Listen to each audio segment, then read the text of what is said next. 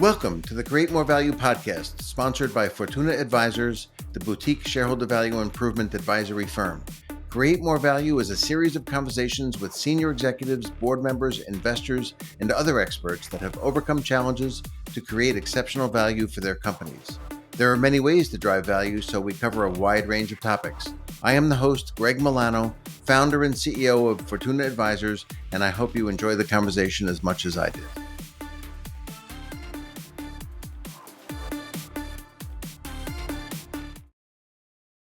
Welcome to episode 16 of the Create More Value podcast, where I will explain the Fortuna Advisors approach to value-based management. In essence, value-based management is the explicit application of valuation principles to every aspect of strategy development, business planning, the allocation of capital and other resources, everyday business decisions, performance measurement, and incentive compensation. The overall objective is to achieve repeatable top quartile total shareholder return. Underlying every value-based management framework is an analytical methodology for estimating and tracking value creation. This sounds obvious, but in reality, it's quite different from what most companies do in practice. There are many things we can try to optimize, such as sales growth, EBITDA, operating income, profit margins, free cash flow, return on capital, and earnings per share. We must recognize that these financial measures each drive some aspect of value creation, but they are not complete. They do not measure value creation itself. We need something better. Early approaches to achieve value-based management relied on the modern corporate finance principle that value today is equal to the present value of the expected future free cash flow that a business or asset is expected to generate. Free cash flow is simply cash inflow less cash invested.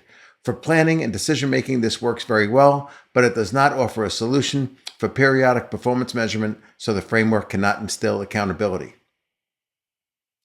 Many companies do measure free cash flow as a period measure, but unfortunately, this suffers from two really big flaws. Measuring free cash flow for a given year or quarter discourages investment in anything that has a payback of more than 12 months.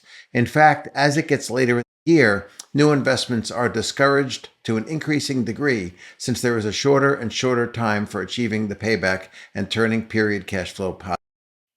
As if that is not bad enough, an even bigger problem is that as a period measure, free cash flow has a very poor relationship with share price performance. In our most recent Value Leadership Report, published early in 2024, free cash flow improvement and free cash flow yield had among the worst relationships to total shareholder return, or TSR, among all the measures studied. So using free cash flow as a period measure encourages underinvestment, and it poorly relates to share price performance. So it's quite incredible that so many companies use it. Well over 100 years ago, economists developed the principle of economic rents, which are profits after all costs, including the opportunity cost of the capital used to produce the profits. The cool thing about these economic profit measures is that they treat the expected return on investment of investors as a cost, just like any other cost. Starting in the 1990s, these measures were modernized, popularized, and applied inside companies. The most popular such measure was named Economic Value Added, or EVA, which is still used today by some companies. I was a partner of the New York-based Stern Stewart & Company, which helped hundreds of companies implement EVA. EVA is a registered trademark of Stern Value Management, and EVA is also used by Institutional Shareholder Services, ISS, which acquired EVA Dimensions in 2018. On average, the companies that implemented EVA in the 1990s were shown in a Stern Stewart study to outperform their peers on total shareholder return, and I believe our work meaningfully helped companies become more productive with their use of capital. Having said that, during my time with companies implementing EVA, it became clear to me, based on my experience with scores of clients, that EVA also suffers from two problems. Like free cash flow, EVA stifles investment and growth because new assets appear so much more expensive in EVA than do old depreciated assets. Once assets are fully depreciated, they appear free in EVA, making it very hard to replace them without suffering an EVA decline. The EVA formula also allowed for a slew of adjustments to accounting in an attempt to make it more accurate, and this complexity made it hard for non-finance folks, and even some in the finance department, to understand the measure and how their actions affected it. In the spring of 2010, I introduced our improved version of economic profit in an article titled Postmodern Corporate Finance in the Journal of Applied Corporate Finance. As I wrote, postmodern architecture builds on the open floor plan style that evolved during the modernist movement while adding back ornamentation from prior classical periods. In similar a postmodern corporate finance builds on the principles of modern corporate finance while restoring at least part of the emphasis on top line growth that prevailed before the intense emphasis on returns on capital brought on by the ongoing shareholder value movement. Our measure is called residual cash earnings, or RCE, and there are three reasons it's better than EVA and the other economic profit measures that came before. First, RCE is much simpler than EVA and more understandable. Second, we don't depreciate assets in RCE, so new and old assets look similar, and the pursuit of growth investments versus efficiency and productivity is better balanced. Finally, as shown in an article titled Beyond EVA, changes in RCE relate better to TSR than do changes in EVA in every non-financial sector. To get the most out of value-based management principles, the RCE measure can be embedded into various aspects of the business management system of a company. Often, goal setting is an outcome of the budgeting process, which can be fraught with many problems, including sandbagging, which involves understating what one really thinks can be achieved in order to set easy-to-attain goals. Unfortunately, planning for mediocrity tends to lead to lower performance than is possible. What's interesting is that the long-range plan often includes significant improvements so they can justify the investments they want approved, all the while knowing they can reset expectations for each year when that year's budget is developed. Managers are rarely held accountable for long-range plans. It's easy to see how this pattern of forecasting is called a hockey stick forecast in much of the literature. Companies should set their goals before the planning and budgeting processes, and they should be aspirational in order to stretch the planning process toward achieving top quartile total shareholder return. To make this work, it is necessary to separate the incentive target setting process from planning so managers can feel free to aim high without it being considered the baseline.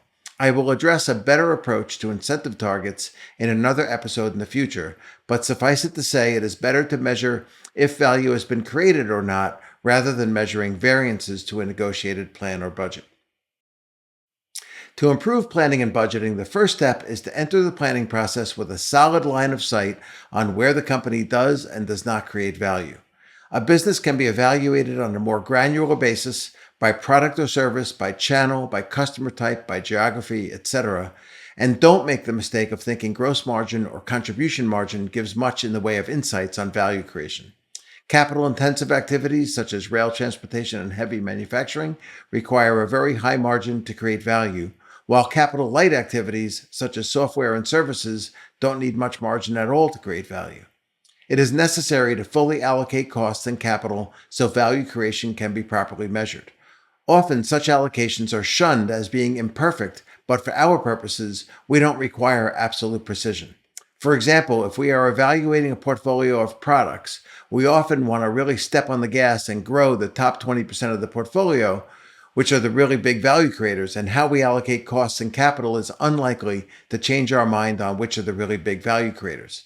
We often also identify the bottom 20% as business activities that need to hit the brakes, examine opportunities to improve pricing, cost structure, or competitive differentiation in order to earn the right to grow. The second improvement to planning is to integrate the P&L forecast with the plan for investing capital and other resources, such as innovation and brand building spend. One of the most important drivers of value creation that companies often get wrong is the misallocation of resources, with insufficient investment in the best value creators and far too much towards activities creating no value at all. Or worse, they are destroyed. Fortuna's approach to strategic resource allocation improves the alignment of investment with where RCE can best be improved, just like how Warren Buffett invests more in stocks he expects to rise. With one client, we reallocated billions of dollars in resources, and the net present value of the plan increased by $3 for every dollar we reallocated. To get managers to understand how they are doing, it is imperative to get the value creation metrics into the internal quarterly or monthly reporting packages. Indeed, this should be one of the first steps in changing the business management system, as it creates the foundation for a dialogue about whether value is being created or not. Sometimes a manager sees their EBITDA increase and they feel good, but then they look at RCE and see it as declined because the EBITDA increase was not sufficient to cover taxes and the required return on increases in the amount invested in business. Or the opposite can be true, where EBITDA slips a bit, but improvements in, say, working capital more than make up for it. These periodic reports have a way of making it very real, and this increases the momentum of the whole value-based management initiative. All strategic and operating reviews should include a discussion of performance on the value creation metrics, how they compare to performance as measured by other metrics, and what corrective actions might be needed to get RCE moving upward at an acceptable pace. It is very important that the focus of these discussions is whether or not value is being created. Sounds obvious, but most companies spend too much time studying variances to plan, which is not. I'm sure that hits some nerves, but would you rather have a business unit create value but fall short of their plan, or beat their plan but destroy value?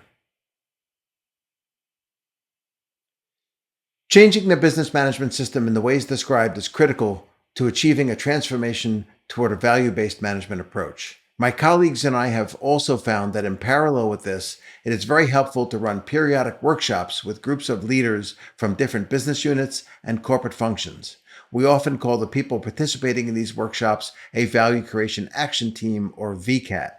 Before the workshops begin, the participants go through some general training to understand why the company is embracing value-based management, how managerial behavior is intended to change, and how the metrics and analyses work. This usually includes decision cases and what we call acts of ownership. These acts of ownership are very important decisions past clients have made that are value creating but are counter to the status quo on how decisions were previously made. For example, one company sold a non-core manufacturing plant to a contract manufacturer and signed a 3-year supply contract. The pricing on the supply contract was not far above cost, but it was higher, so EBITDA declined. Previously, the company would never have considered such a move since they were primarily focused on increasing EBITDA. But in a value-based world, freeing up hundreds of millions of dollars in capital can have a bigger positive impact on value creation than the small loss of EBITDA.